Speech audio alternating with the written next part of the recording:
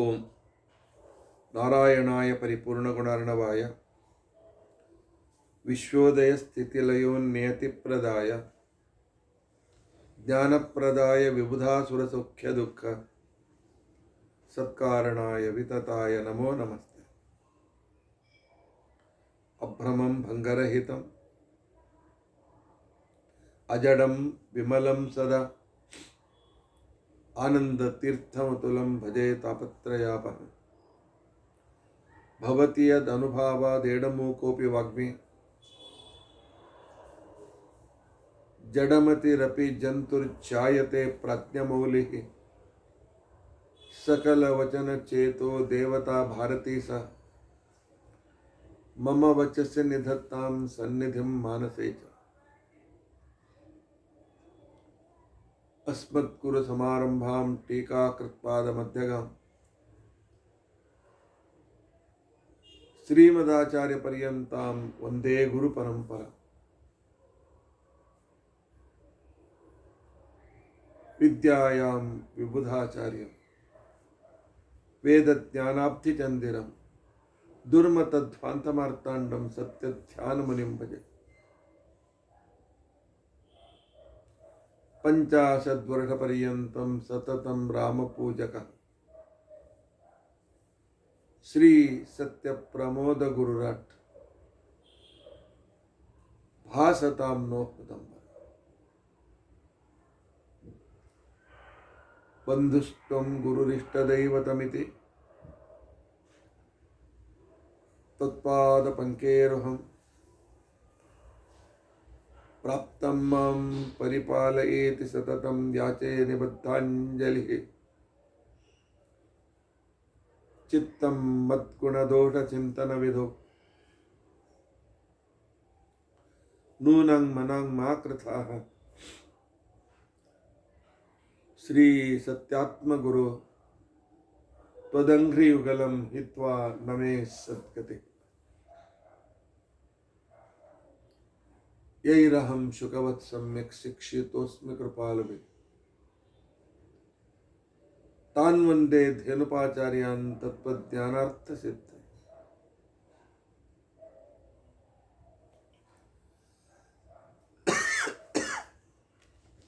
श्री गुरुभ्यो नमः।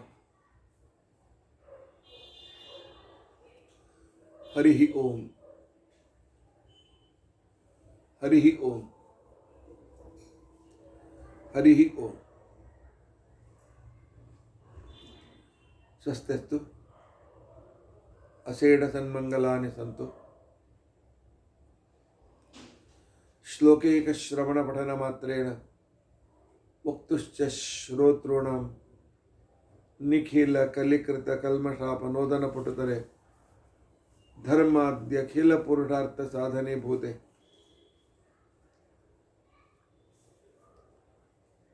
अद्य रुद्राध्याय चमकविवरणारम्भे सति किञ्चित् पुरुकथानुवादः। हरिः ओम हरिः ओम हरिः ओम।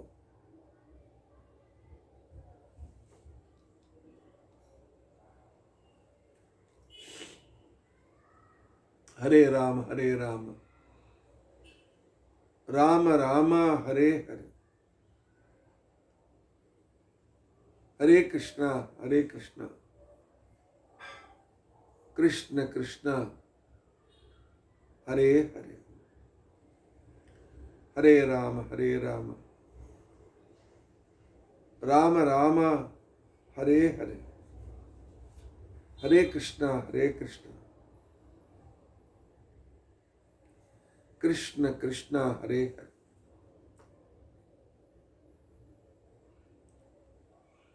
हरे राम राम राम हरे हरे। हरे कृष्णा कृष्ण कृष्ण हरे हरे। हरे राम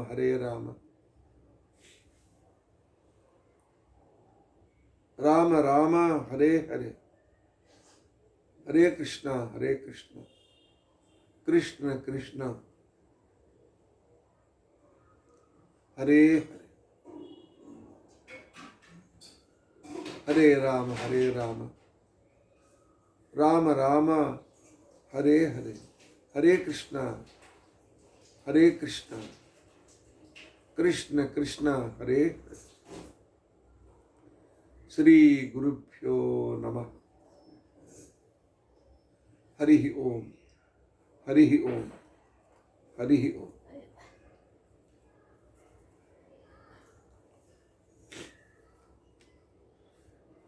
ಸುಮಾರು 8 ದಿನಗಳಿಂದ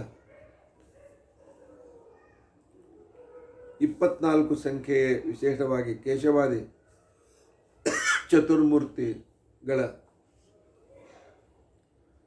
ಚಿಂತನೆಯನ್ನು ನಾವು ಕೇಳಿದ್ದೇವೆ.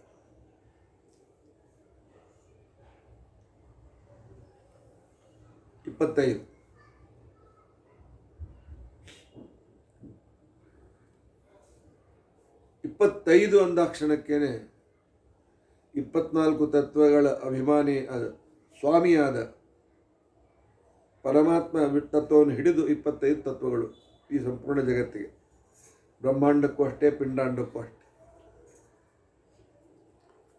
ಬ್ರಹ್ಮಾಂಡ ನಿರ್ಮಿತಿಯಾದದ್ದು 24 ತತ್ವಗಳಿಂದ. ಅದಕ್ಕೆ ಸ್ವಾಮಿಯಾಗಿರ್ತಕ್ಕಂಥವನು 25ನೇ ತತ್ವ ಶ್ರೀಹರಿ.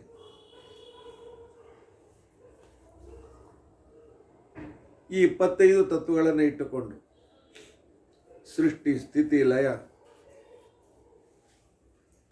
ಇವುಗಳ ಚಿಂತನೆಯನ್ನು ನಾವು ಪ್ರತಿಯೊಬ್ಬರು ಮಾಡಲೇಬೇಕು. ಪ್ರಾತಃ ಕಾಲದಲ್ಲಿ ಸೃಷ್ಟಿಯ ಚಿಂತನೆ, ಮಧ್ಯಾಹ್ನ ಕಾಲದಲ್ಲಿ ಸ್ಥಿತಿಯ ಚಿಂತನೆ, ರಾತ್ರಿ ಕಾಲದಲ್ಲಿ ಲಯದ ಚಿಂತನೆಯನ್ನು ಮಾಡಬೇಕು. ಭಾಗವತದಲ್ಲಿ ಇದೆಲ್ಲ ಬಹಳ ವಿಸ್ತಾರವಾಗಿ ಬಂದಿದೆ. ವಿಷಯ ಸುಲಭವೂ ಹೌದು, ಅಷ್ಟೇ ಕಠಿಣವೂ ಕೂಡ ಹೌದು.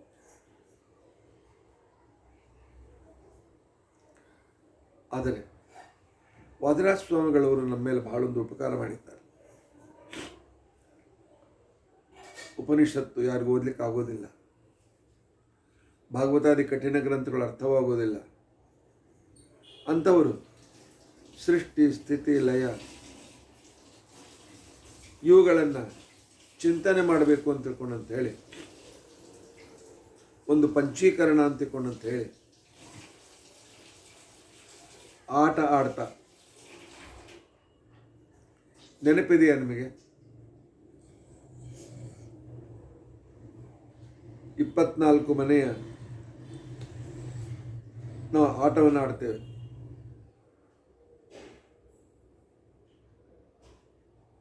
ಎಲ್ಲ ಮನೆಗಳನ್ನು ದಾಟಿ 24ನೇ ಮನೆಗೆ ಒಳಗೆ ಬರಬೇಕು. ಒಳಗಿಂದ 25ನೇ ಮನೆ. ಅದನ್ನು ಇಟ್ಟುಕೊಂಡು ಅವುಗಳಿಗೆ ಪ್ರತ್ಯೇಕ ಆಕೃತಿಯ ಕಾಯಿಗಳನ್ನು ತಯಾರಿಸಿಕೊಂಡು ಈ ಸೃಷ್ಟಿ ಸ್ಥಿತಿ ಲಯದ ಆಟವನ್ನು ಹೆಣ್ಮಕ್ಕಳು ಮಧ್ಯಾಹ್ನದಲ್ಲಿ ತಮೆಯದ ಕುಳಿತುಕೊಂಡು ಆಡುವ ವಿಚಾರವನ್ನು ತಿಳಿಸುವುದಕ್ಕೋಸ್ಕರ ವಾದಿರಾಜ ಸ್ವಾಮಿಗಳವರು ಒಂದು ಪಂಚೀಕರಣ ಅಂತಿಕೊಂಡಂಥ ಒಂದು ಗ್ರಂಥವನ್ನು ಬರೆದಿದ್ದಾರೆ. ಪಂಚೀಕರಣ ಅದ್ವೈತರು ಹೇಳ್ತಾರೆ, ವಿಶಿಷ್ಟ ಅದ್ವೈತರು ಹೇಳ್ತಾರೆ, ನಾವು ಹೇಳ್ತೇವೆ. ಒಂದಕ್ಕೆ ಒಂದು ತತ್ವಗಳು ಮಿಶ್ರಿತವಾಗಿ 25 ತತ್ವಗಳಿಂದ ಈ ಬ್ರಹ್ಮಾಂಡದ ಸೃಷ್ಟಿ.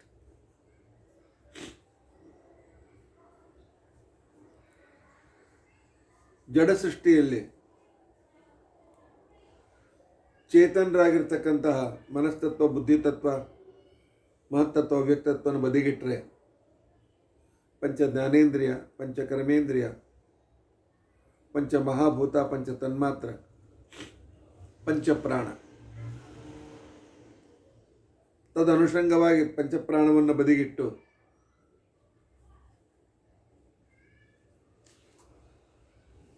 ಪಂಚ ಅವಿದ್ಯ ಇವುಗಳ ಒಂದು ಮಿಶ್ರಣ ಅಂತೇನಿದೆ, ಇದು ಸೃಷ್ಟಿ ಸ್ಥಿತಿ ಲಯಗಳನ್ನು ತಿಳಿಸ್ತಕ್ಕಂಥ ಒಂದು ಕ್ರಮ. ಪರಮಾತ್ಮನ ಉಪಕಾರ ಸ್ಮರಿಸಬೇಕಾಗಿದ್ದರೆ ಇದನ್ನು ಸ್ಮರಿಸಬೇಕು. ಅದಕ್ಕೋಸ್ಕರ ವಾದಿರಾಜ ಸ್ವಾಮಿಗಳು ಪಂಚೀಕರಣ ಅಂತ ಪುಸ್ತಕವನ್ನೇ ತಯಾರಿಸಿದ್ದಾರೆ. ಭಾಗವತಾದಿ ಶಾಸ್ತ್ರಗಳಲ್ಲಿ ಬಂದ ಕಠಿಣ ಭಾಗವನ್ನು ಸುಲಭವಾಗಿ ತಿಳಿಸೋದಕ್ಕೋಸ್ಕರ ಇದನ್ನು ಪ್ರತಿಯೊಬ್ಬ ಸಾಧಕರು, ಪುರುಷರು ಸ್ತ್ರೀಯರು, ಪುರುಷರು ವೇದ ಅಧ್ಯಯನದಲ್ಲಿ ಉಪನಿಷತ್ ಅಧ್ಯಯನ ಅಧಿಕಾರ ಇದೆ, ಆದರೆ ಎಷ್ಟು ಜನ ಉಪಯೋಗಿಸ್ತೇವೆ ನಾವು ಅದನ್ನು? ಎಷ್ಟು ಜನ ವೇದಾಧ್ಯಯನ ಮಾಡ್ತೇವೆ, ಎಷ್ಟು ಜನ ಉಪನಿಷತ್ ಅಧ್ಯಯನ ಮಾಡ್ತೇವೆ, ನಾವು ಎಷ್ಟು ಜನ ಸೀರಿಯಸ್ ಆಗಿ ಭಾಗವತ ಓದ್ತೇವೆ? ಆ ಪಂಚೀಕರಣದ ವಿವರಣೆ ಒಂದು 2-3 ದಿನಗಳಲ್ಲಿ ನಾನು ಮಾಡಲು ಪ್ರಯತ್ನಿಸ್ತೇನೆ. ಪ್ರಳಯ ಕಾಲ ಪರಮಾತ್ಮ ಸಂಪೂರ್ಣ ಜಗತ್ತನ್ನು ತನ್ನ ಉದರದಲ್ಲಿ ಇಟ್ಕೊಂಡಿದ್ದ. ಆಗ ಶ್ರೀದೇವಿ ಪ್ರಳಯದ ನೀರಾಗಿದ್ಲು, ಭೂದೇವಿ ಅವಳು ಆಲದ ಎಲೆಯಾಗಿದ್ಲು, ದುರ್ಗಾದೇವಿ ಸಂಪೂರ್ಣ ಕತ್ತಲಾಗಿದ್ಲು.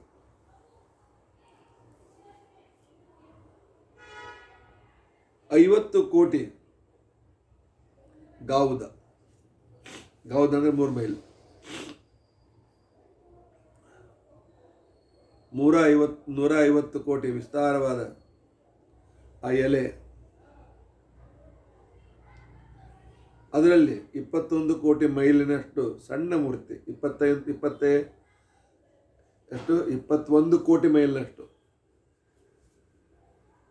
ಸಣ್ಣ ಶಿಶು ಮಲ್ಕೊಂಡಿದ್ದ. ಕಾಲಲ್ಲಿ ರತ್ನಖಚಿತ ನೂಪುರ ಇತ್ತು, ಪೈಜಾನೆಗಳಿದ್ದು, ಕೈಯಲ್ಲಿ ರತ್ನಖಚಿತವಾದಂಥ ಕಡಗ ಇತ್ತು. ಆನಂತರ ಕೊರಳಲ್ಲಿ ಉಡುದಾರ, ಸಣ್ಣ ಸಣ್ಣ ಗಂಟೆಗಳಿದ್ದು, ಆ ಮಗು ಹೀಗೆ ಮಗಲಾದಾಗ ಜನ ಸಪ್ತಾಗ್ತಾ ಇತ್ತು. ಕೊರಳಲ್ಲಿ ವೈಜಯಂತಿ ಮಾಲ ಇತ್ತು.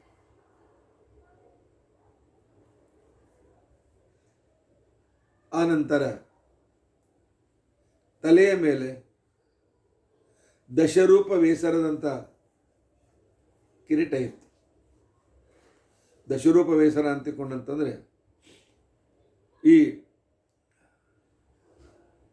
ಕಿರೀಟ ಮಂದಿರದ ಮೇಲೆ ಕಟ್ತಾರೆ ನೋಡಿ, ಶಿಖರ, ಅದರಲ್ಲಿ 10 ತರಹದ ವಿನ್ಯಾಸವಿರುತ್ತದೆ. 10 ಥರದ ವಿನ್ಯಾಸದ ಡಿಸೈನ್ನಿಂದ ಕೂಡಿದ ಕಿರೀಟ ಪರಮಾತ್ಮನದು. ಶಂಖದಂತೆ ಕೆಳಗೆ ಅಗಲವಾಗಿದ್ದು ಮೇಲೆ ಸಣ್ಣದಾಗಿರ್ತಕ್ಕಂಥ ಕುತ್ತಿಗೆ, ದಾಳಿಂಬೆ ಬೀಜಗಳನ್ನು ಜೋಡಿಸಿಟ್ಟಿದ್ದಾರನು ಎಂಬುವಂತೆ ಹಲ್ಲುಗಳು. ದಾಳಿಂಬೆ ಬೀಜ ಕೆಂಪು, ಅಲ್ಲಿ ತಿಕ್ಕೊಳ್ಳೋದಿಲ್ಲ ಕೃಷ್ಣ, ಅಲ್ಲ, ಅದು ಬಿಳಿನೇ ಇದೆ. ಕೆಂಪಿನ ತುಟಿಯ ಪ್ರಕಾಶ ಇದರ ಮೇಲೆ ಪ್ರತಿಫಲಿತವಾಗಿದೆ, ಆ ಹಲ್ಲುಗಳ ಮೇಲೆ. ಆನಂತರ ಕಮಲದಂಥ ಕಣ್ಣುಗಳು, ಆದರೆ ದೃಷ್ಟಿ ಭಕ್ತರ ಕಡೆಗೆ. ಗುಂಗುರು ಕೂದಲಿನಿಂದ ಯುಕ್ತವಾಗಿರ್ತಕ್ಕಂಥ ಕೂದಲುಗಳು, ಆಗಲೇ ಹೇಳಿದಂಥ ಕಿರೀಟ. ಬ್ರಹ್ಮದೇವರ ಮಾನದಲ್ಲಿ 87 ವರ್ಷ ಆದ ನಂತರ ಆಗ ಅಪರೂಪದಿಂದ ಇರುವ ಮಹಾಲಕ್ಷ್ಮಿ, ಅವಳಿಗೆ ಅಂಬರಣಿ ಅಂತ ತಿಳ್ಕೊಂಡಂತ ಹೇಳಿದರು. ಅವಳು ಅನಂತ ವೇದಾಭಿಮಾನಿನಿ, ಅನೇಕ ವೇದ ಮಂತ್ರಗಳಿಂದ ಪರಮಾತ್ಮನನ್ನು ಸ್ತೋತ್ರ ಮಾಡ್ತಾ ಇದ್ದಾರೆ. ಜಯ ಜಯ ಜಯ, ಯಾವಾಗಲೂ ಜಯಶಾಲಿಯಾಗಿರ್ತಕ್ಕಂಥ ಪರಮಾತ್ಮ, ಏಳು, ಎದ್ದೇಳು. ಅನಂತ ಜೀವರಾಶಿಗಳು ತಮ್ಮ ಕರ್ಮಾನುಸಾರವಾಗಿರ್ತಕ್ಕಂಥ ಸಾಧನೆ ಮಾಡಬೇಕು ಅಂತ ತಿಳ್ಕೊಂಡು ಬಯಸ್ತಾ ಇದ್ದಾರೆ. ಪರಮಾತ್ಮ ಏಳು ಅಂತ ಪ್ರಾರ್ಥನೆ ಮಾಡಿದ್ದಾಳೆ. ಆಗ ಪರಮಾತ್ಮ ಮೊದಲು ತೆಗೆದುಕೊಂಡ ರೂಪ ಪುರುಷ ರೂಪ, ಆನಂತರ ತೆಗೆದುಕೊಂಡ ರೂಪ ಕಾಲು ರೂಪ, ಆನಂತರ ತೆಗೆದುಕೊಂಡ ರೂಪ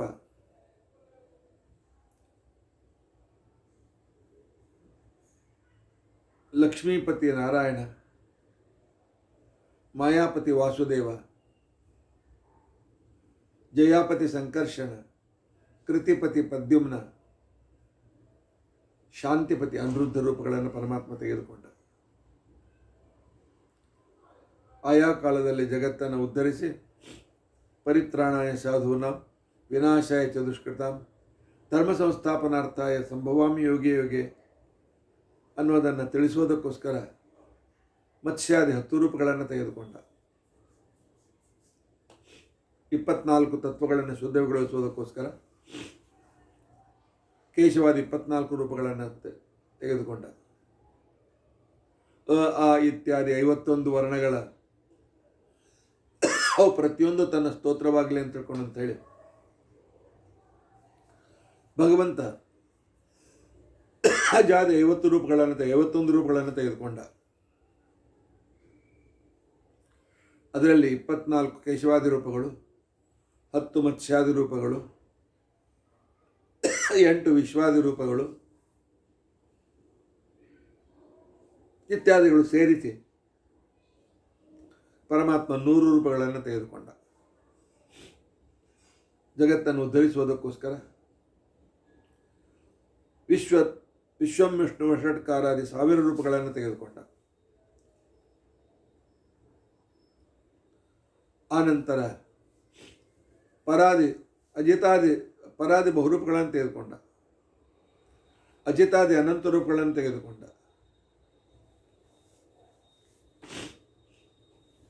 ಲಕ್ಷ್ಮೀದೇವಿ ಹೇಳಿದ್ಲು, ಪರಮಾತ್ಮ ನನಗೆ ನಿನ್ನ ಸೇವೆ ಅವಕಾಶ ಕೊಡು ಅಂತ ಹೇಳಿ. ಹಾಗೂ ನನ್ನೆಷ್ಟು ರೂಪ ತೆಗೆದುಕೊ ಅಂತ ತಿಳ್ಕೊಂಡು ಅಂತ ಹೇಳಿ ಪರಮಾತ್ಮ ಎಷ್ಟು ರೂಪ ತೆಗೆದುಕೊಂಡು ಅಷ್ಟು ರೂಪ ಮಹಾಲಕ್ಷ್ಮಿಯು ಕೂಡ ತೆಗೆದುಕೊಂಡಿದ್ದಾಳೆ.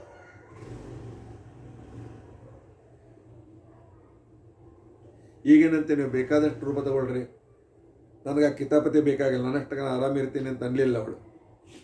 ಪರಮಾತ್ಮನ ಪ್ರತಿಯೊಂದು ರೂಪದಲ್ಲಿರೋ ವೈಶಿಷ್ಟ್ಯತೆಯನ್ನು ಆನಂದ ಅನುಭವಿಸುವುದಕ್ಕೋಸ್ಕರ ಅವಳು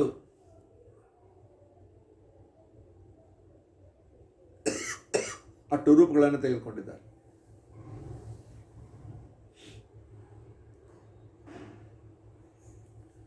ಪರಮಾತ್ಮ ಅಂದ, ಲಕ್ಷ್ಮಿ ಸೃಷ್ಟಿ ಮಾಡು ಅಂತ ಹೇಳ್ತೀಯಲ್ಲ, ಸೃಷ್ಟಿಗೆ ರಾ ಮಟೀರಿಯಲ್ ಎಲ್ಲಿದೆ ಕೊಡು ಅಂತ ಕೇಳಿದ.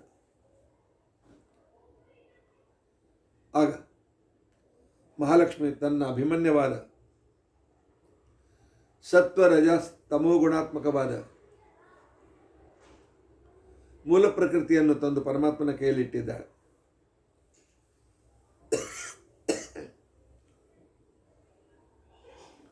ಅದರಲ್ಲಿ ಸತ್ವಗುಣ, ರಜೋಗುಣ, ತಮೋಗುಣಗಳು. ಅಲ್ಲಿರುವ ಸತ್ವಗುಣಕ್ಕೆ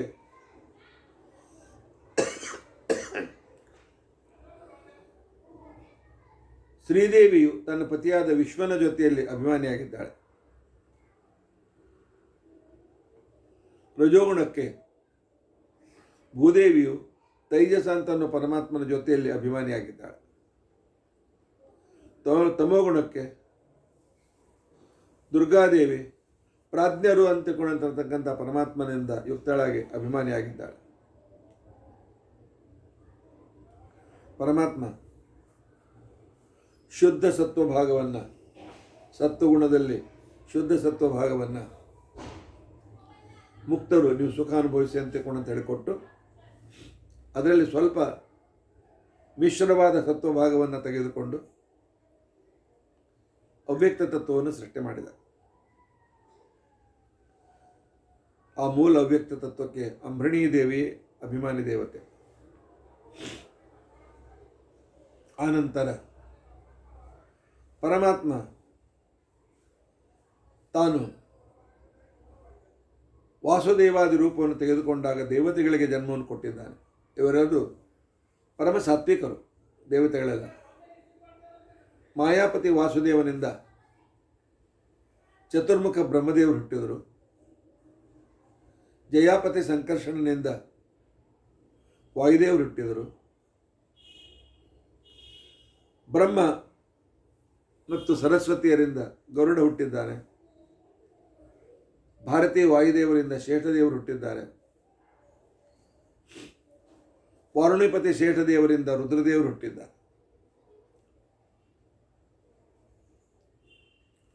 ಅವ್ಯಕ್ತ ತತ್ವಕ್ಕೆ ಸರಸ್ವತೀ ದೇವಿ ಮತ್ತು ಭಾರತೀ ದೇವಿಯರು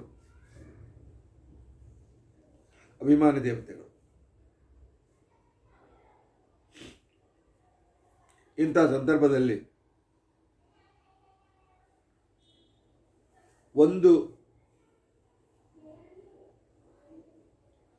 ಪಾಯಿಂಟ್ ಸತ್ವ ಅದಕ್ಕೆ 10 ಪಟ್ಟು ತಮೋಗುಣ, ಇಲ್ಲ 1 ಪಾಯಿಂಟ್ ತಮಸ್ಸು ಅದಕ್ಕಿಂತ 10 ಪಟ್ಟು ಅಥವಾ 12 ಪಟ್ಟು ಸತ್ವಗುಣ, 100 ಪಟ್ಟು ರಜೋಗುಣ ಸೇರಿ ಮಹತ್ತತ್ವದ ಸೃಷ್ಟಿಯಾಯಿತು. ಈ ಮಹತ್ತತ್ವಕ್ಕೆ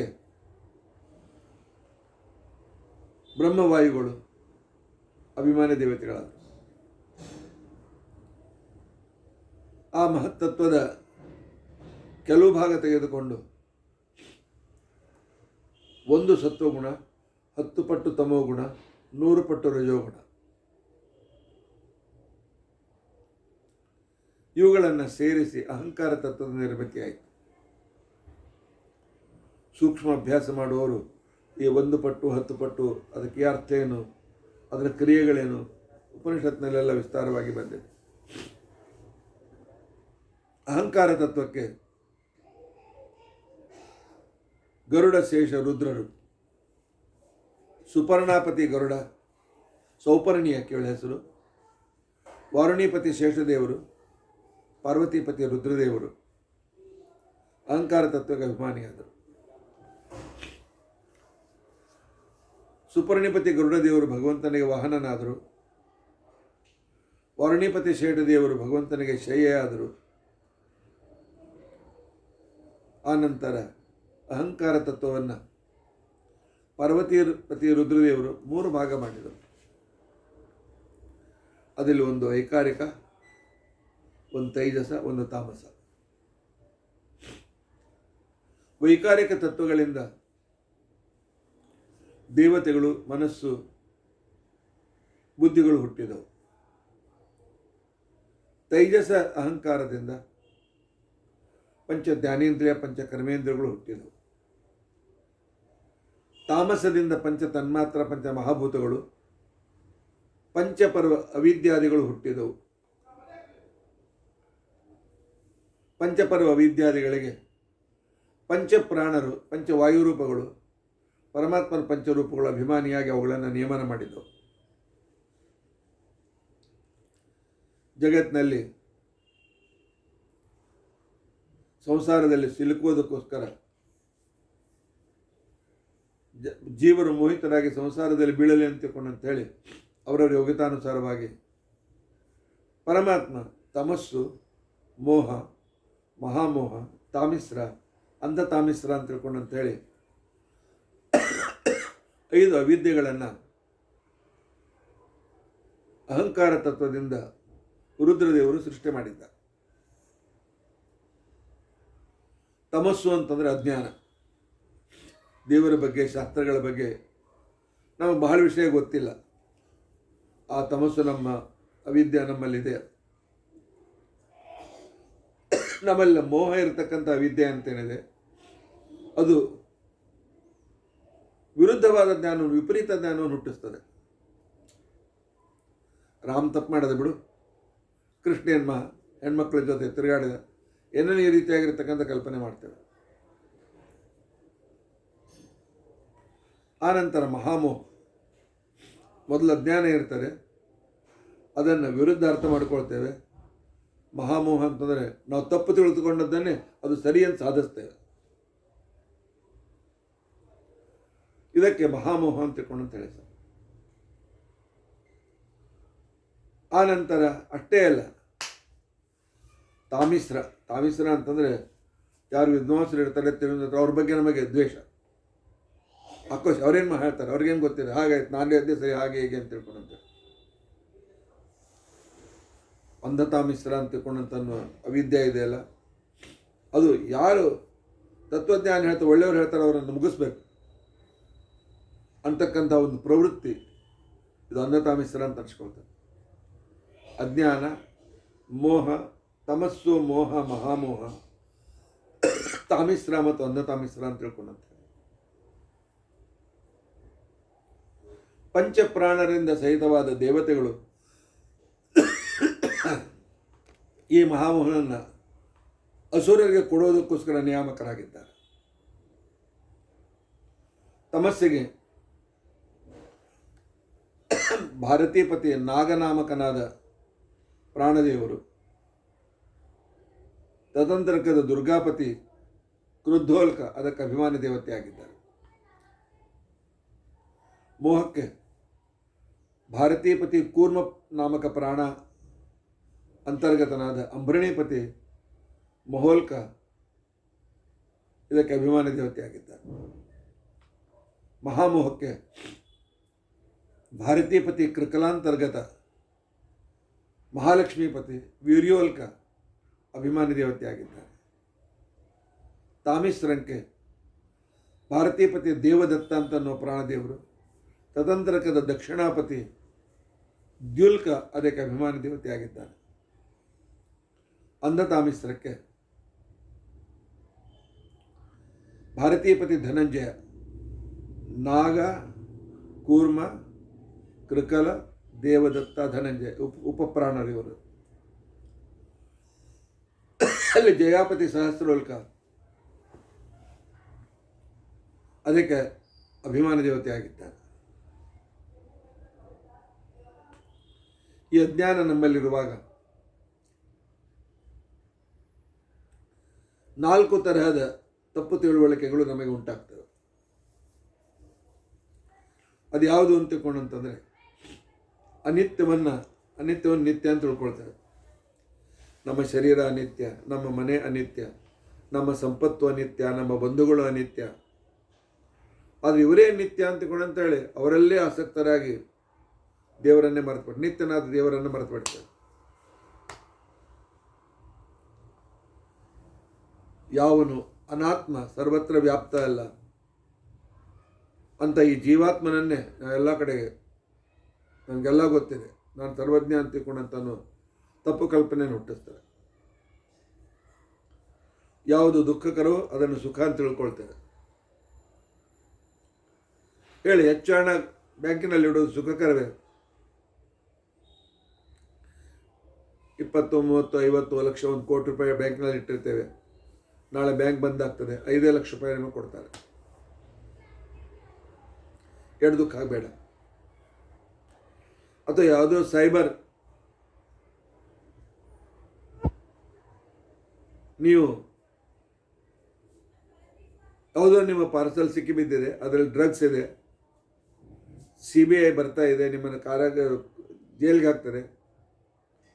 ಆದರೆ ನಾವು ಮಧ್ಯಸ್ಥರಾಗ್ತೇವೆ, 5 ಲಕ್ಷ ರೂಪಾಯಿ ಕಳಿಸಿ ನಿಮ್ಮನ್ನು ಮುಕ್ತರನ್ನಾಗಿ ಮಾಡ್ತೇವೆ.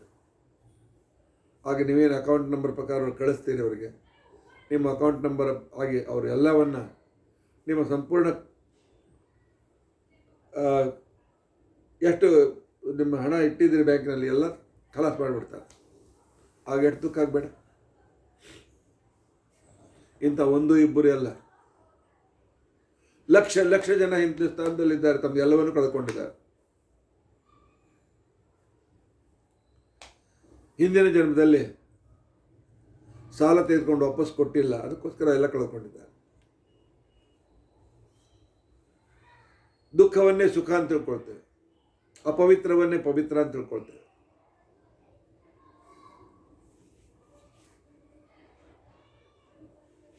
ಇನ್ನು ಬೆಳಗ್ಗೆ ಎದ್ದು ನಾವು ಆಕಾಶ, ವಾಯು, ತೇಜ ಮತ್ತು ಪೃಥ್ವಿ ಇವುಗಳ ಗುಣಗಳನ್ನು,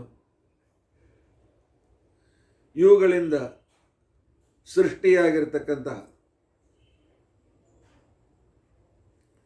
ತತ್ವಗಳನ್ನು ನಾವು ವಿಚಾರ ಮಾಡಬೇಕು.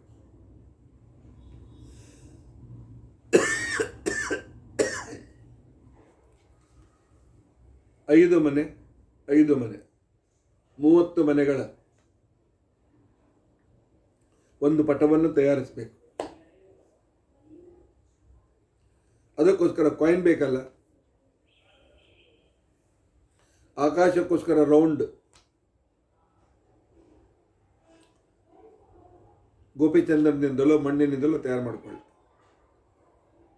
ಅಥವಾ ನಿಮಗೆ ಪರಿಚಿತರಾದರೆ ಬಡಿಗರಿದ್ದರೆ ಅವರಿಂದ ತಯಾರು ಮಾಡಿಕೊಳ್ಳಿ.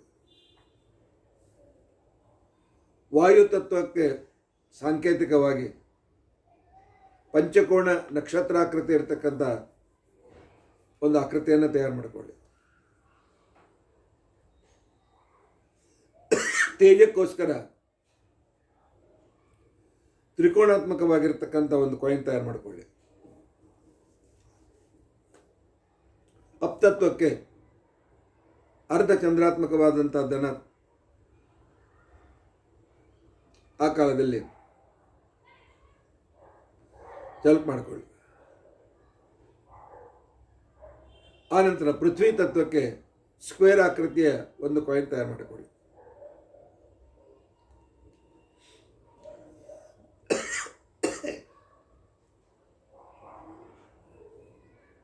ಈ ಪಂಚಮಹಾಭೂತ ತತ್ವ ಇವೆಯಲ್ಲ,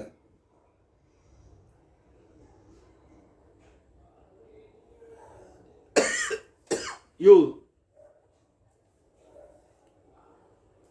ಪ್ರತ್ಯೇಕವಾಗಿಲ್ಲ, ಅವುಗಳಲ್ಲಿ ಉಳಿದ ಪಂಚಮಹಾಭೂತಗಳ ಭಾಗಗಳು ಸೇರಿಕೊಂಡಿವೆ. ಇದಕ್ಕೆ ಪಂಚೀಕರಣ ಅಂತ ಕರೀತಾರೆ.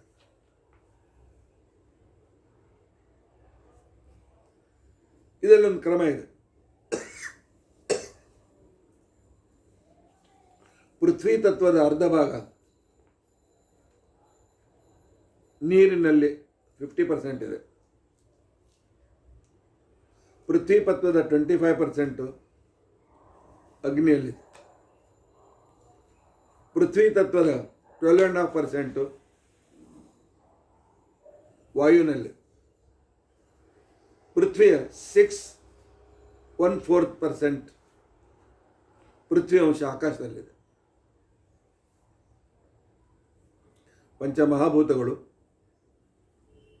ಅದರಲ್ಲಿ ಉಳಿದ 4ರಲ್ಲಿಯೂ ಅದು ಸೇರಿಕೊಂಡಿತು. ಹೀಗೆ 5ರಲ್ಲಿ ಪ್ರತಿಯೊಂದು ಸೇರಿಕೊಂಡು 25. ಇದಕ್ಕೆ ಪಂಚೀಕರಣ ಅಂತ ಕರೀತಾರೆ. ವಾಯುತತ್ವದ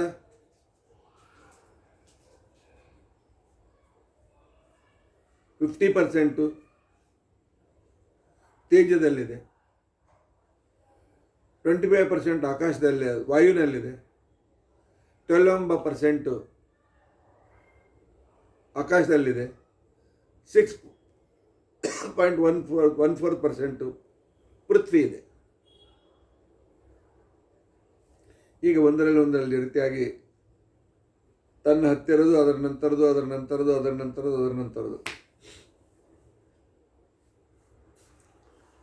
ಇವೆಲ್ಲ ಆಗ್ತಲೇ ಕಟ್ಸ್ಕೊಳ್ಬೇಕು. ಆರಾಮಿದ್ವಲ್ಲ ಊಟ ಮಾಡಿಕೊಂಡು ಇಲ್ಲ. ಪರಮಾತ್ಮ ನಮಗೆ ಉಪಕಾರ ಮಾಡೋದಕ್ಕೋಸ್ಕರ ಎಷ್ಟು ತರಹದ ಮಿಶ್ರಣ ಮಾಡಿ ಈ ಜಗತ್ತನ್ನು ಸೃಷ್ಟಿ ಮಾಡಿದ್ದಾನೆ.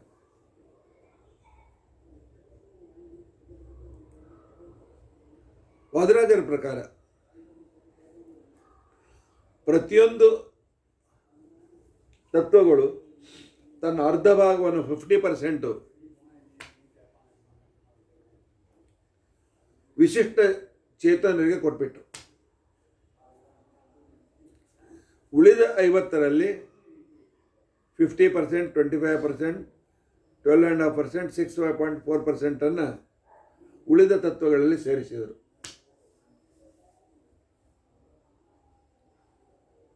ಪಂಚಕರ್ಣಾಟದಲ್ಲಿ ವದರಾಸ್ವಾಮಿಗಳು ಹೇಳ್ತಾರೆ,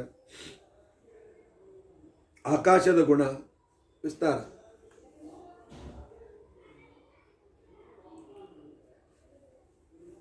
ತನ್ನ ಅರ್ಧ ಗುಣವನ್ನು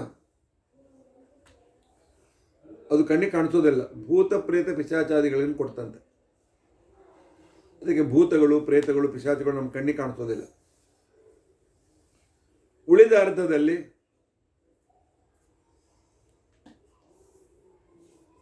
ಅದು ತಮ್ಮ 5 ಜನರಲ್ಲಿ ಅದನ್ನು ಹಂಚಿಕೊಡ್ತು.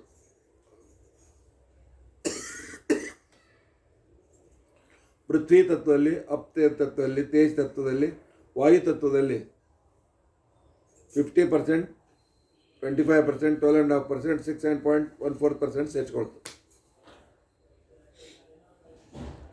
ವಾಯು ತತ್ವ ತನ್ನ 50% ಅರ್ಧ ಭಾಗವನ್ನು ಹಕ್ಕಿಗಳಿಗೆ ಕೊಡ್ತು. ಅದಕ್ಕೆ ಆಕಾಶದಲ್ಲಿ ಹಾರ್ತಾವೆ.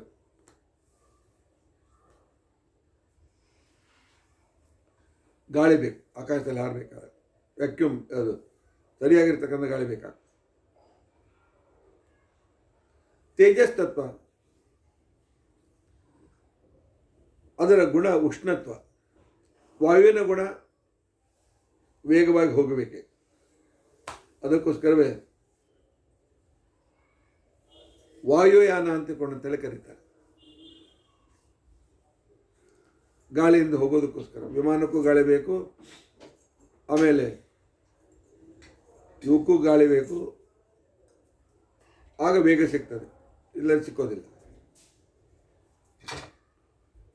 ತೇಜದ ಗುಣ ಬಿಸಿತನ, ಉಷ್ಣ. ಅದು ತನ್ನ ಅರ್ಧ ಭಾಗವನ್ನು ದೇವತೆಗಳಿಗೆ ಕೊಡ್ತು. ದೇವತೆಗಳಲ್ಲೂ ತೇಜಸ್ವಿಗಳು. ಉಳಿದ ಅರ್ಧ ಭಾಗದಲ್ಲಿ 50, 25, 12.5, 6.4 ಭಾಗಗಳು ಉಳಿದ ಭೂತಗಳಲ್ಲಿ ಸೇರಿಕೊಂಡು, ಅಪ್ತತ್ವದಲ್ಲಿ ಇರುವುದು ದ್ರವತ, ಸಾಲಿಡ್ ಅಲ್ಲ, ಲಿಕ್ವಿಡ್. ಅದು ಅರ್ಧ ಭಾಗವನ್ನು ಜಲಚರ ಪ್ರಾಣಿಗಳಿಗೆ ಕೊಡುತ್ತೆ. ಹೀಗಾಗಿ ನೀರಿನಲ್ಲಿ ಆರಾಮಾಗಿರ್ತವೆ. ಉಳಿದ ಅರ್ಧ ಭಾಗವನ್ನು ಅದು ಉಳಿದ ತನ್ನ ಜೊತೆಯಲ್ಲಿರ್ತಕ್ಕಂಥ ನಾಲ್ಕುಗಳಿಗೆ ತನ್ನಲ್ಲಿ ಸ್ವಲ್ಪ ಇಟ್ಕೊಂಡು ಉಳಿದವರಿಗೆ ನಾಲ್ಕುಗಳಿಗೆ ಕೊಡ್ತು. ಪೃಥ್ವಿ ಭಾಗ ಗಟ್ಟಿತನ, ಕಠಿಣತ್ವ. ಭಾಗವನ್ನು ಜಡಜೀವಿಗಳಿಗೆ ಕೊಡ್ತು. ಉಳಿದ ಅರ್ಧ ಭಾಗ ಪಂಚಮಹಾಭೂತಗಳಲ್ಲಿ ಸೇರಿಕೊಂಡು 50%, 25%, 12.5%, ಆನಂತರ 6.4%.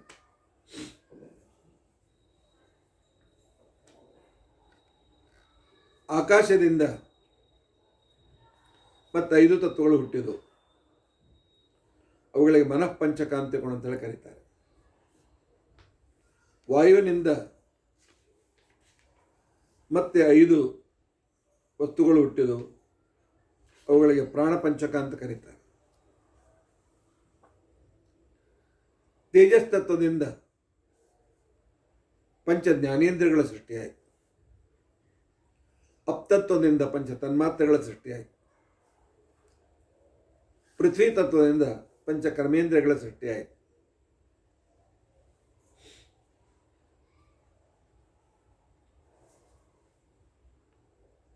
ಇನ್ನು ಈ ಸೃಷ್ಟಿಯಿಂದ ಇಂದ್ರಿಯಗಳು, ಕರ್ಮೇಂದ್ರಿಯಗಳು, ತನ್ಮಾತ್ರಗಳು ಪಂಚ ಪ್ರಾಣಗಳು ಪಂಚ ರೀತಿಯಾಗಿ ಮನಃಪಂಚಗಳ ಕ್ರಮ ಈ ರೀತಿಯಾಗಿ ನಾವು ತಿಳಿದುಕೊಳ್ಳೋಣ.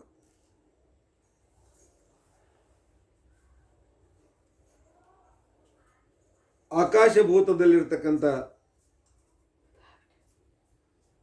ತೇಜ ಆಕಾಶದ ಗಣವನ್ನು ತೆಗೆದುಕೊಂಡು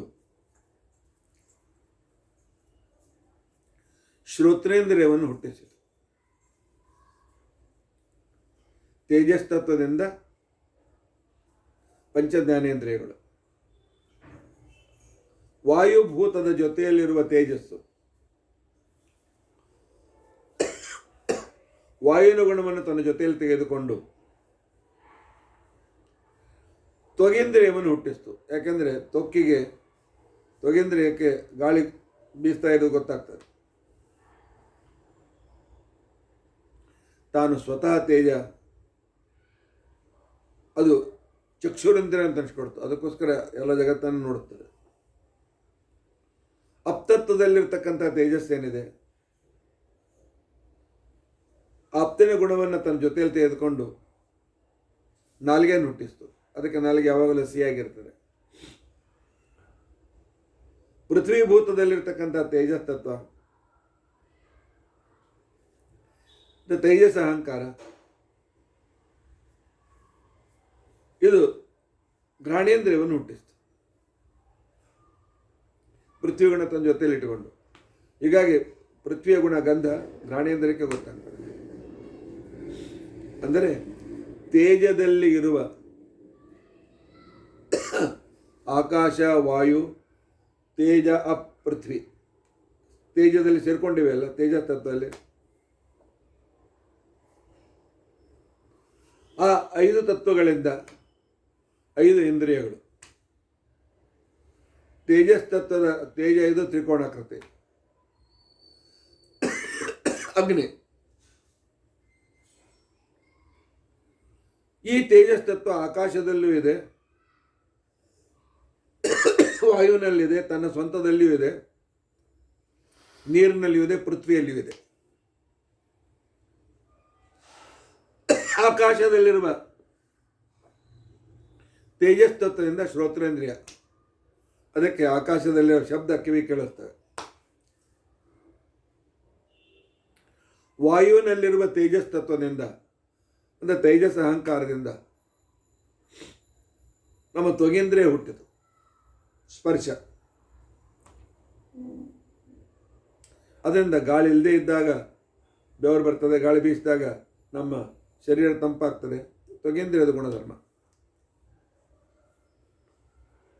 ಸ್ವತಃ ತಾನು ತೇಜಸ್ ತತ್ವ, ಅದರಿಂದ ಚಕ್ಷುರೇಂದ್ರಿಯವನ್ನು ಹುಟ್ಟಿಸ್ತು.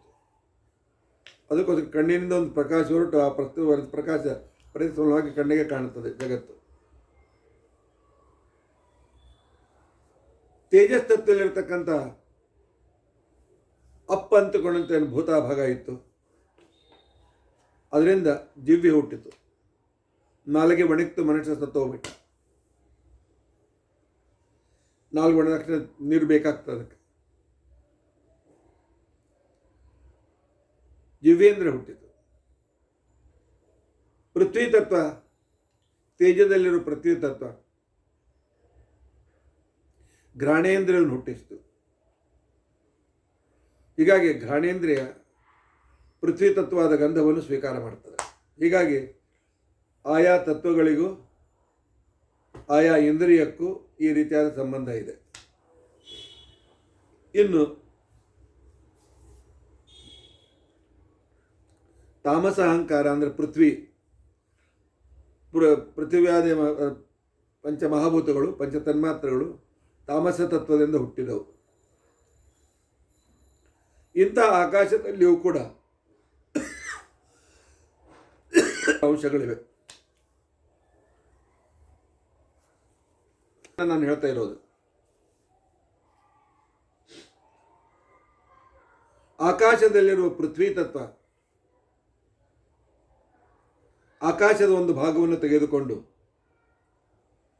ವಾಗೇಂದ್ರಿಯವನ್ನು ಹುಟ್ಟಿಸಿತು. ಮಾತನಾಡೋದು, ಅದರಿಂದ ಅಲ್ಲಿ ಆಕಾಶ ತತ್ವ ಶಬ್ದಗಳು ಬರುವಾಗ, ಹೊರಗೆ ಬರುವಾಗ ಆಕಾಶದಲ್ಲಿ ಎರಡು ಕಡೆ ಹರಡುತ್ತದೆ. ವಾಯುಭೂತದಲ್ಲಿ ಇರುವ ಪೃಥ್ವಿ ತತ್ವ ವಾಯುವಿನ ಗುಣಧರ್ಮವನ್ನು ತನ್ನ ಜೊತೆಯಲ್ಲಿ ತೆಗೆದುಕೊಂಡು ಕೈಯನ್ನು ಹುಟ್ಟಿತು, ಪಾಣಿ ಇಂದ್ರಿಯವನ್ನು ಹುಟ್ಟಿತು. ತೇಜಭೂತದಲ್ಲಿರ್ತಕ್ಕಂಥ ಪೃಥ್ವಿ ತತ್ವ ತೇಜದ ಭಾಗವನ್ನು ತನ್ನ ಜೊತೆಯಲ್ಲಿ ತೆಗೆದುಕೊಂಡು ಪಾಯು ಅನ್ನೋ ಇಂದ್ರವನ್ನು ಹುಟ್ಟಿಸ್ತು. ಇಲ್ಲ, ಪಾದ ಕಾಲುಗಳಂತ ಇಂದ್ರ ಹುಟ್ಟಿಸ್ತು. ಅಪ್ಪಭೂತನಲ್ಲಿರ್ತಕ್ಕಂಥ ಪೃಥ್ವಿ ತತ್ವ ಅಪ್ಪಿನ ಭಾಗವನ್ನು ತೆಗೆದುಕೊಂಡು ನೀರಿನ ಭಾಗವನ್ನು ತೆಗೆದುಕೊಂಡು ಪಾಯು ಇಂದ್ರಿಯವನ್ನು ಹುಟ್ಟಿಸ್ತು. ಸ್ವತಃ ಪೃಥ್ವಿ ಉಪಸ್ಥ ಅಂತ ಅನಿಸ್ಕೊಳ್ತು. ಈ ರೀತಿಯಾಗಿ ಪೃಥ್ವಿ ತತ್ವದಿಂದ ವಾಕ್, ಪಾಣಿ, ಪಾದ, ಪಾಯು, ಉಪಸ್ಥ. ತೇಜ ತತ್ವದಿಂದ ತ್ವಕ್, ಚಕ್ಷು, ಜಿಹ್ವಾ, ಘ್ರಾಣ, ಶ್ರೋತ್ರ ಈ ಇಂದ್ರಿಯಗಳು ಹುಟ್ಟಿದವು. ಇನ್ನು ಅಪ್ತತ್ವಗಳಿಂದ ಅಪ್ಪಿದು ನೀರು, ಇದು ಕೂಡ ತಾಮಸ ಅಹಂಕಾರದಿಂದ ಹುಟ್ಟಿರ್ತಕ್ಕಂಥದ್ದು. ಅಪ್ತತ್ವದಿಂದ ಪಂಚ ತನ್ಮಾತ್ರಗಳು ಹುಟ್ಟಿದವು. ತನ್ಮಾತ್ರ ಅಂತಂದರೆ ಪೃಥಿವ್ಯಾದಿ 5 ತತ್ವಗಳ ಅನುಭವಕ್ಕೆ ಬರುವ ಗುಣಧರ್ಮಗಳು.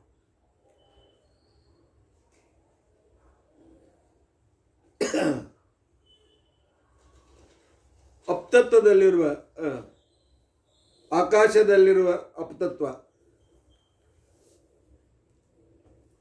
ಆಕಾಶದ ಭಾಗವನ್ನು ತನ್ನ ಜೊತೆಗೆ ತೆಗೆದುಕೊಂಡು ಶಬ್ದ ಅಂತನ್ನ ತನ್ಮಾತ್ರವನ್ನು ಹುಟ್ಟಿಸ್ತು.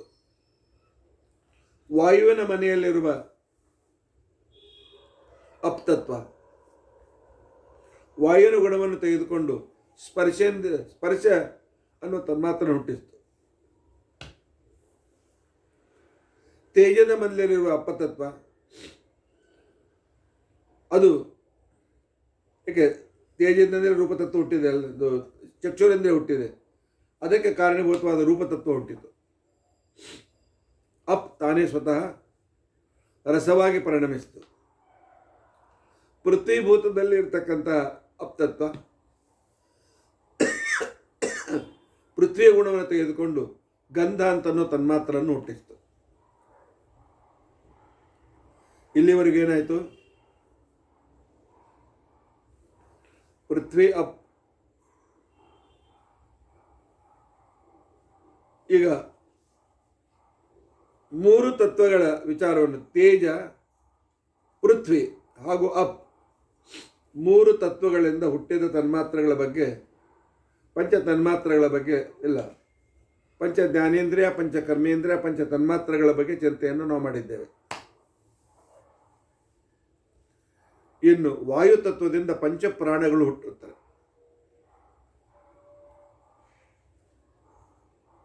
ಆಕಾಶದಲ್ಲಿರುವ ವಾಯುತತ್ವ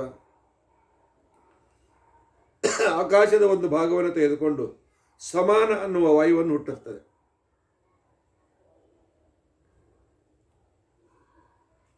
ಸ್ವತಃ ವಾಯು ತಾನು ಉದಾನ ತತ್ವವಾಗ್ತದೆ, ಉದಾನ ಪ್ರಾಣವಾಗ್ತದೆ. ತೇಜಭೂತದಲ್ಲಿರ್ತಕ್ಕಂಥ ವಾಯು ವ್ಯಾನ ಅಂತಕ್ಕಂತಕ್ಕಂಥ ಉಪಪ್ರಾಣವನ್ನು ಹುಟ್ಟಿಸ್ತದೆ. ಅಪ್ಪನಲ್ಲಿರುವ ವಾಯು ಅಪಾನ ಅಂತಕೊಂಡಂತನ್ನುವ ವಾಯುವನ್ನು ಹುಟ್ಟಿಸ್ತದೆ. ಪೃಥ್ವಿ ತತ್ವದಲ್ಲಿರ್ತಕ್ಕಂಥ ವಾಯುತತ್ವ ಪೃಥ್ವಿ ಭಾಗವನ್ನು ತೆಗೆದುಕೊಂಡು ಪ್ರಾಣವಾಯುವನ್ನು ಹುಟ್ಟಿಸ್ತದೆ.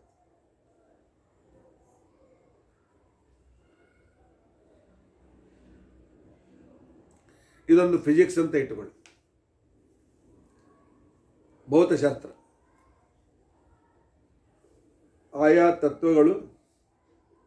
ತತ್ವಗಳಿಂದ ಉಪತತ್ವಗಳು, ಅದರಲ್ಲಿ ಯಾವ ಭಾಗ ಸೇರಿಕೊಂಡಿದೆ,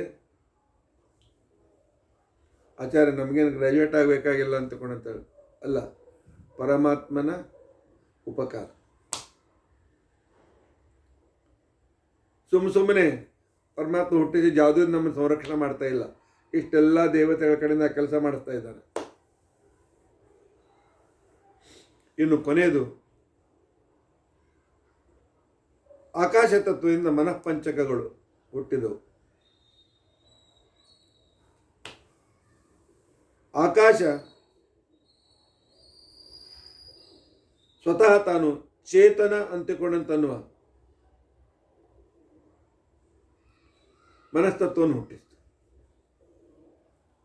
ಈ ಚೇತನ ಜನ್ಮ ಜನ್ಮಾಂತರಗಳ ಸ್ಮರಣೆಯನ್ನು ತಂದುಕೊಡ್ತದೆ. ವಾಯುವಿನ ಮನೆಯಲ್ಲಿರುವ ಆಕಾಶ ವಾಯುವಿನ ಭಾಗವನ್ನು ತೆಗೆದುಕೊಂಡು ಮನಸ್ಸು ಅಂತಕ್ಕಂತಹ ಮನಸ್ಸಿನ ಭಾಗವನ್ನು ಹುಟ್ಟಿಸ್ತು. ಮನಸ್ಸು ಏನು ಮಾಡ್ತದೆ? ವಿಷಯಗಳನ್ನು ಗ್ರಹಣ ಮಾಡ್ತದೆ. ಅದು ಬಯಸ್ತದೆ, ಅದು ಬೇಕು, ಇದು ಬೇಕು, ನೋಡಿದ್ದೆಲ್ಲ ತಾನು ಗ್ರಹಣ ಮಾಡ್ತದೆ. ಆ ನಂತರ ತೇಜದ ಮನೆಯಲ್ಲಿರುವ ಆಕಾಶದ ಭಾಗವನ್ನು ತನ್ನ ಜೊತೆಯಲ್ಲಿ ತೆಗೆದುಕೊಂಡು ಬುದ್ಧಿಯನ್ನು ಹುಟ್ಟಿಸ್ತು. ಬುದ್ಧಿ ಅಂತಂದರೆ ನಿರ್ಣಯಾತ್ಮಕವಾದಂಥ ಚಿಂತನೆ. ಅಪ್ತತ್ವನಲ್ಲಿರುವ ಆಕಾಶ ಇದು ಚಿತ್ತವನ್ನು ಹುಟ್ಟಿಸ್ತು. ಚಿತ್ತ ಅಂತಂದರೆ ಸ್ಮರಣ ಶಕ್ತಿಯ ಕೇಂದ್ರಕ್ಕೆ ಚಿತ್ತ ಅಂತ ಕರೀತಾರೆ. ಪೃಥ್ವಿಯಲ್ಲಿರುವ ಆಕಾಶ ಇದು ಅಹಂಕಾರ ತತ್ವವನ್ನು ಹುಟ್ಟಿಸ್ತು. ಅಹಂಕಾರ ಅಂತಿಕೊಂಡಂತಂದರೆ ನಾನು ನನ್ನದು ಅಂತಕ್ಕಂಥ ಭಾವನೆ. ಮನಸ್ಸಿನ 5 ಭಾಗಗಳು: ಮನಸ್ಸು, ಬುದ್ಧಿ, ಅಹಂಕಾರ, ಚಿತ್ತ ಮತ್ತು ಚೇತನ. ಮನಸ್ಸು ವಸ್ತುಗಳನ್ನು ಗ್ರಹಣ ಮಾಡ್ತಾರೆ. ಬುದ್ಧಿ ಯಾವುದು ಸರಿ ಯಾವುದು ತಪ್ಪಂತ ವಿವೇಕ ಮಾಡಿ ಅದನ್ನು ನಿರ್ಣಯ ಮಾಡ್ತಾರೆ. ಅಹಂಕಾರ ನಾನು ನನ್ನದು ಅಂತ ಎಗೋ ಹುಟ್ಟಿಸ್ತದೆ. ಚಿತ್ತ ನಮ್ಮ ಸ್ಮರಣಶಕ್ತಿಯನ್ನು ಬೆಳೆಸ್ತದೆ. ಚೇತನ ಜನ್ಮ ಜನ್ಮಾಂತರದ ಸ್ಮೃತಿಯನ್ನು ತಂದುಕೊಡ್ತಾರೆ. ಮನಸ್ಸಿನ 5 ಭಾಗಗಳು. ಈ ರೀತಿಯಾಗಿ 5ರಿಂದ 5 ಹುಟ್ಟಿದವು. 5 5 20, 25. 5 4 20, 5 5 20. 5 ಗುಣಿಲೆ 5 20, 25. ಇವುಗಳು ಹೇಗೆ ಹುಟ್ಟಿದವು? ಅಹಂಕಾರ ತತ್ವದಲ್ಲಿ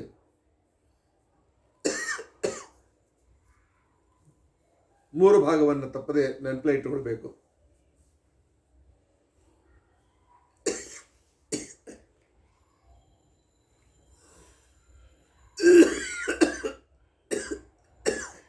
ತಾಮಸ. ವೈಕಾರಿಕ ನಮಗೆ ಸಂಬಂಧ ಇಲ್ಲ, ದೇವತೆಗಳ ಶರೀರಕ್ಕೆ ಸಂಬಂಧಿಸಿರ್ತಕ್ಕಂಥದ್ದು. ತೈಜಸ್ ಅಹಂಕಾರದಿಂದ ಜ್ಞಾನೇಂದ್ರಿಯ ಪಂಚ ಕರ್ಮೇಂದ್ರಿಯ ಹುಟ್ಟಿದವು. ತಾಮಸ ಅಹಂಕಾರದಿಂದ ಪಂಚ ಮಹಾಭೂತ ಪಂಚ ತನ್ಮಾತ್ರ ಹುಟ್ಟಿದವು. ಇವುಗಳ ಜೊತೆಗೆ ಪಂಚಪ್ರಾಣಗಳು ಸೇರಿಕೊಂಡು ಅದರ ಜೊತೆಗೆ ಪಂಚ ಅಂತಃಕರಣಗಳು ಕೂಡ ಸೇರಿಕೊಂಡು 30 ಮನೆ ಇಟ್ಟುಕೊಂಡಾಗ ಪಂಚ ಅಂತಃಕರಣಗಳನ್ನು ಸೇರಿಸಿಕೊಳ್ಬೇಕು. ಇಲ್ಲದೆ ಪಂಚಪ್ರಾಣ ಸಹಿತವಾಗಿ 25 ತತ್ವವನ್ನು ಹಿಡಿದುಕೊಳ್ಬೇಕು.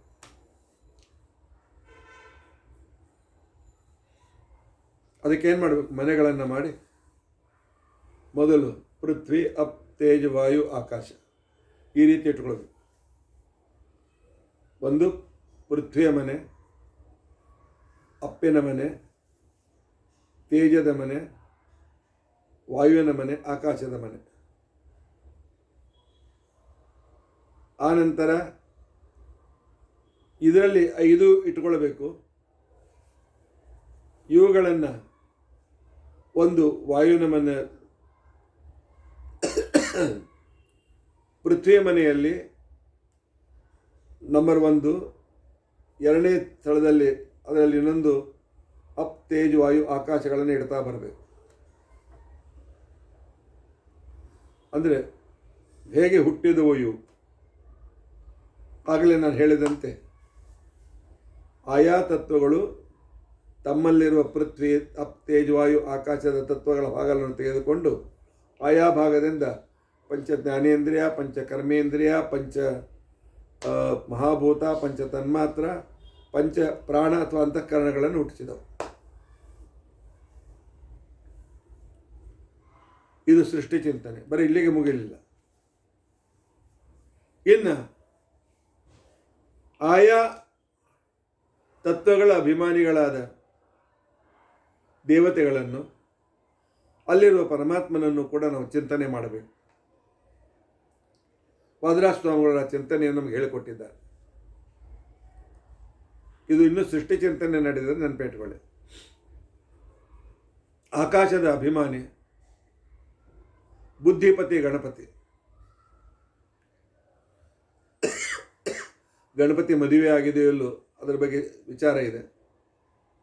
ಆದರೂ ಸಿದ್ಧಿ ಮತ್ತು ಬುದ್ಧಿ ಗಣಪತಿಯ ಶಕ್ತಿಗಳು. ಅದಕ್ಕೆ ಸ್ವಾಮಿ ಪತಿ ಅಂತ ಅನ್ಲಿಕ್ಕೆ ಬರ್ತಾರೆ. ಆ ಗಣಪತಿ ಅಂತರ್ಗತ ಆಕಾಶಕ್ಕೆ ಇರ್ತಕ್ಕಂಥವನು ಸೌಪರ್ಣಿಪತಿ ಗರುಡ. ಆ ಗರುಡನ ಅಂತರ್ಗತನಾಗಿರ್ತಕ್ಕಂಥ ಭಾರತೀಪತಿ ಮುಖ್ಯ ಪ್ರಾಣ ಅಂತರ್ಗತ ಸುಗಂಧಾಪತಿ ಅಚ್ಯುತ. ಅವನ ಅಭಿನ್ನವಾದೊಂದು ರೂಪ ಇದೆ, ಲಕ್ಷ್ಮೀ ಹಯಗ್ರೀವ. ಆಕಾಶವನ್ನು ಚಿಂತನೆ ಮಾಡುವಾಗ ಬುದ್ಧಿಪತಿ ಗಣಪತಿ ಅಂತರ್ಗತ, ಸೌಪರ್ಣಿಪತಿ ಗರುಡಾಂತರ್ಗತ, ಭಾರತೀಪತಿ ಮುಖ್ಯ ಪ್ರಾಣಾಂತರ್ಗತ, ಸುಗಂಧಾಪತಿ ಅಚ್ಯುತ ಅಭಿನ್ನ, ಶ್ರೀ ಲಕ್ಷ್ಮೀಪತಿ ಹಯಗ್ರೀವಾಯ ನಮಃ ಅಂತೇಳಿ ಚಿಂತನೆ ಮಾಡಿದರೆ ಆಕಾಶದಲ್ಲಿರ್ತಕ್ಕಂಥ ತತ್ವದ ಚಿಂತನೆಯನ್ನು ನಾವು ಮಾಡಿದಂತೆ ಆಯಿತು. ಆವಾಗ ನಾವು ಏನು ಮಾಡ್ತೇವೆ? ಪೃಥ್ವಿ, ಅಪ್, ತೇಜ್, ವಾಯು, ಆಕಾಶಗಳ ಏನು ಋಣವ ದಿನಾಲು ಅನುಭವಿಸ್ತಾ ಇದ್ದೇವೆ, ಆ ಋಣದಿಂದ ಮುಕ್ತರಾಗ್ತದೆ. ನೆನೆಸ್ತಾ ಇದ್ದರೆ ಆ ಸಾಲ ಬೆಳೀತಾ ಹೋಗ್ತದೆ. ಇನ್ನು ವಾಯುತತ್ವ, ಅಲ್ಲಿ ಪ್ರಾಹವೀಪತಿ ವಾಯು ಅಂತರ್ಗತ, ಪ್ರಭಾವಾಯು ಅಂತರ್ಗತ, ಸುಪರ್ಣಿಪತಿ ಗರುಡಾಂತರ್ಗತ, ಭಾರತೀಪತಿ ಮುಖ್ಯ ಪ್ರಾಣ ಅಂತರ್ಗತ, ಸುಂದರೀಪತಿ ಜನಾರ್ದನ್ ಅಭಿನ್ನ, ಲಕ್ಷ್ಮೀಪತಿ ಹಯಗ್ರೀವಾಯ ನಮಃ ಅಂತೇಳಿ ಚಿಂತನೆ ಮಾಡಬೇಕು. ಎಲ್ಲ ಕಡೆಯಲ್ಲಿಯೂ ತತ್ವಾಭಿಮಾನಿ ದೇವತೆಗಳು, ತದಂತರ್ಗತ ಸೌಪರ್ಣಿಪತಿ ಗರುಡ, ತದಂತರ್ಗತ ಮುಖ್ಯ ಪ್ರಾಣ ಕಾಮನ್, ತದಂತರ್ಗತ ಪರಮಾತ್ಮನ ರೂಪಗಳು. ತೇಜಸ್ ತತ್ವವನ್ನು ಚಿಂತನೆ ಮಾಡುವಾಗ ಸ್ವಾಹ ಸ್ವಧಾಪತಿ ಅಗ್ನಿ ಅಂತರ್ಗತ, ಸೌಪರ್ಣಿಪತಿ ಗರುಡಾಂತರ್ಗತ, ಭಾರತೀಯರನ್ನು ಮುಖ್ಯ ಪ್ರಾಣ ಅಂತರ್ಗತ, ವಿದ್ಯಾಪತಿ ಉಪೇಂದ್ರಾಭಿನ್ನ, ಲಕ್ಷ್ಮೀಪತಿ ಹಯಗ್ರೀವಾಯ ನಮಃ. ಅಪ್ತತ್ವದ ಚಿಂತನೆ ಮಾಡುವಾಗ ಭಾಗೀರಥಿಪತಿ ವರುಣಾಂತರ್ಗತ, ಸೌಪರ್ಣಿಪತಿ ಗರುಡಾಂತರ್ಗತ, ಭಾರತೀಯಪತಿ ಮುಖ್ಯ ಪ್ರಾಣಾಂತರ್ಗತ, ಸುಶೀಲಾಪತಿ ಹರಿ ಅಭಿನ್ನ, ಲಕ್ಷ್ಮೀಪತಿ ಹಯಗ್ರೀವಾಯ ನಮಃ. ಗರುಡ, ಮುಖ್ಯ ಪ್ರಾಣ, ಹಯಗ್ರೀವ ಕಾಮನ್. ಉಳಿದವರು ಮಾತ್ರ ಚೇಂಜ್ ಆಗ್ತಾರೆ. ಪೃಥ್ವಿ ಧರಾದೇವಿ ತಥಾ ಶನೈಶ್ಚರಾಂತರ್ಗತ, ಸೌಪರ್ಣಿಪತಿ ಗರುಡಾಂತರ್ಗತ ಮುಖ್ಯ ಪ್ರಾಣಾಂತರ, ಭಾರತೀಪತಿ ಮುಖ್ಯ ಪ್ರಾಣಾಂತರ್ಗತ, ಸುಲಕ್ಷಣಾಪತಿ ಕೃಷ್ಣಾಭಿನ್ನ, ಲಕ್ಷ್ಮೀ ಹಯಗ್ರೀವಾಯ ನಮಃ. ಹೀಗೆ ಆಕಾಶಾಭಿಮಾನಿ ಆಕಾಶ ವಾಯು, ಮೇಲಿನಿಂದ ಕೆಳಗೆ ಆಕಾಶ, ವಾಯು, ತೇಜ, ಅಪ್, ಪೃಥ್ವಿ. ಕೆಳಗಿನಿಂದ ಮೇಲೆ ಪೃಥ್ವಿ, ಅಪ್, ತೇಜ, ವಾಯು, ಆಕಾಶ.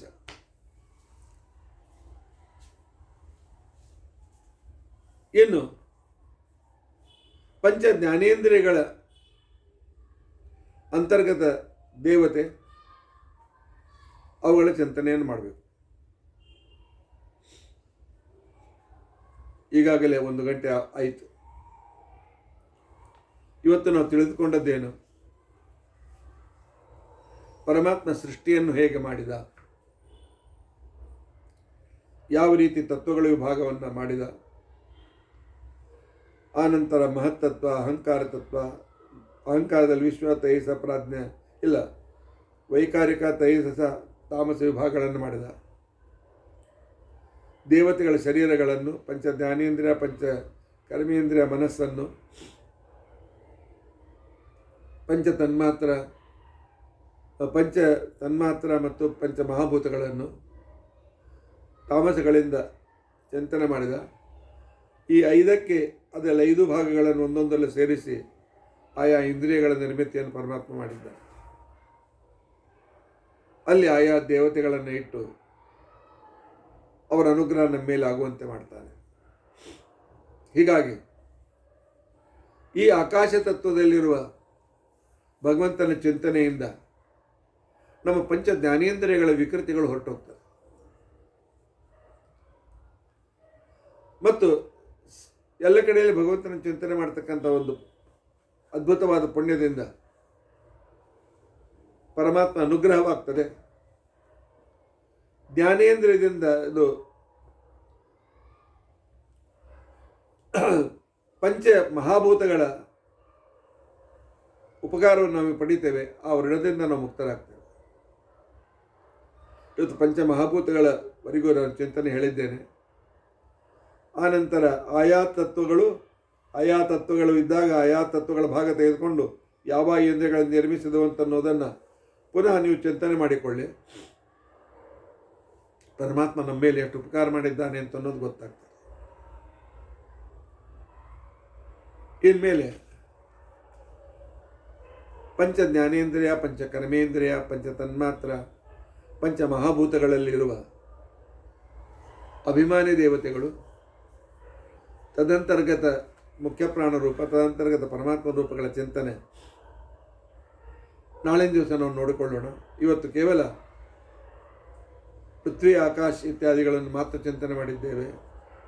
ಅದರಿಂದ ಹುಟ್ಟಿದ ಇಂದ್ರಿಯಗಳಲ್ಲಿ, ಮನಸ್ಸುಗಳಲ್ಲಿರುವ ಪರಮಾತ್ಮನ ಚಿಂತನೆಯನ್ನು ನಾಳಿನ ದಿವಸ ನಾವು ತಿಳಿದುಕೊಳ್ಳಿಕ್ಕೆ ಪ್ರಯತ್ನಿಸೋಣ.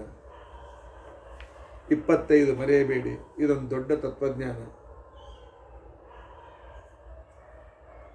ಹೌದು, ನನಗೆ ಗೊತ್ತಿದೆ ಈ ತತ್ವಜ್ಞಾನ TDS ಅಂತ ಅನ್ನಿಸ್ತದೆ, ಮನರಂಜನೆ ಅಂತ ಅನಿಸೋದಿಲ್ಲ. ಪ್ರವಚನ ಇದು ಮನರಂಜನೆ ಆಗಬಾರ್ದು. ಪ್ರವಚನ ಇದು ಜ್ಞಾನೇಂದ್ರಿಯವನ್ನು ಜಾಗೃತಗೊಳಿಸಬೇಕು. ಇವತ್ತನ್ನು ಹೇಳಿದ್ದನ್ನು ನೋಟ್ ಮಾಡಿಕೊಳ್ಳಿ, ಮೆಲುಕು ಹಾಕಿಕೊಳ್ಳಿ.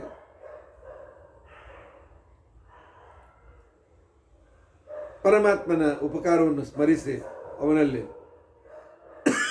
ನಮ್ಮ ಆಸಕ್ತಿ, ಪ್ರೀತಿ ಹೆಚ್ಚುವಾಗುವಂತೆ ನಾವು ಮಾಡೋಣ. ಇತಿ ಅದ್ಯ ಕಥಾ ಪ್ರಸಕ್ತಿ. ಹರೇ ರಾಮ ಹರೇ ರಾಮ, ರಾಮ ರಾಮ ಹರೇ ಹರೇ, ಹರೇ ಕೃಷ್ಣ ಕೃಷ್ಣ ಕೃಷ್ಣ ಹರೇ. ಉಗ್ರಂ ವೀರಂ ಮಹಾವಿಷ್ಣುಂ ಜ್ವಲಂತಂ ಸರ್ವತೋಮುಖಂ ನೃಸಿಂಹಂ ಭೀಷಣಂ ಭದ್ರಂ ಮೃತ್ಯುಂ ನಮಾಮ್ಯಹಂ. ಇವತ್ತಿನ ಚಿಂತನೆ ಇದು ಬೆಳಗ್ಗೆ ಮಾಡುವ ಚಿಂತನೆ, ಇನ್ನೂ ಪೂರ್ತಿಯಾಗಿಲ್ಲ. ನಾಳೆ 2ನೇ ಭಾಗ ಮುಗಿಸೋಣ. ಅಚ್ಯುತಾನಂತ ಗೋವಿಂದ ಸ್ಮೃತಿ ಮಾತ್ರಾರ್ಥನಾಶನ ರೋಗಾನ್ಮ್ಯನಾಶಯ ಶೇಷಾನ್ ಆಶು ಧನ್ವಂತರೇ ಹರೇ. ಅಕ್ಷಯಂ ಕರ್ಮಯಸ್ಮಿನ್ ಪರೇ ಸ್ವರ್ಪಿತಂ ಪ್ರಕ್ಷಯಂ ಯಾಂತಿ ದುಃಖಾನಿ ಅನ್ನಾಮತಃ ಅಕ್ಷರೋ ಯೋಜನ ಸರ್ವದೇವಾಮೃತಃ ಕುಕ್ಷಿಗಂ ಯಸ್ಯ ವಿಶ್ವಂ ಸದಾಜಾಧಿಕಂ ಪ್ರೀಣಯಾಮೋ ವಾಸುದೇವಂ ದೇವತಾಮಂಡಲ ಖಂಡಮಂಡಲ. ಶ್ರೀಕೃಷ್ಣಾರ್ಪಣಮಸ್ತು.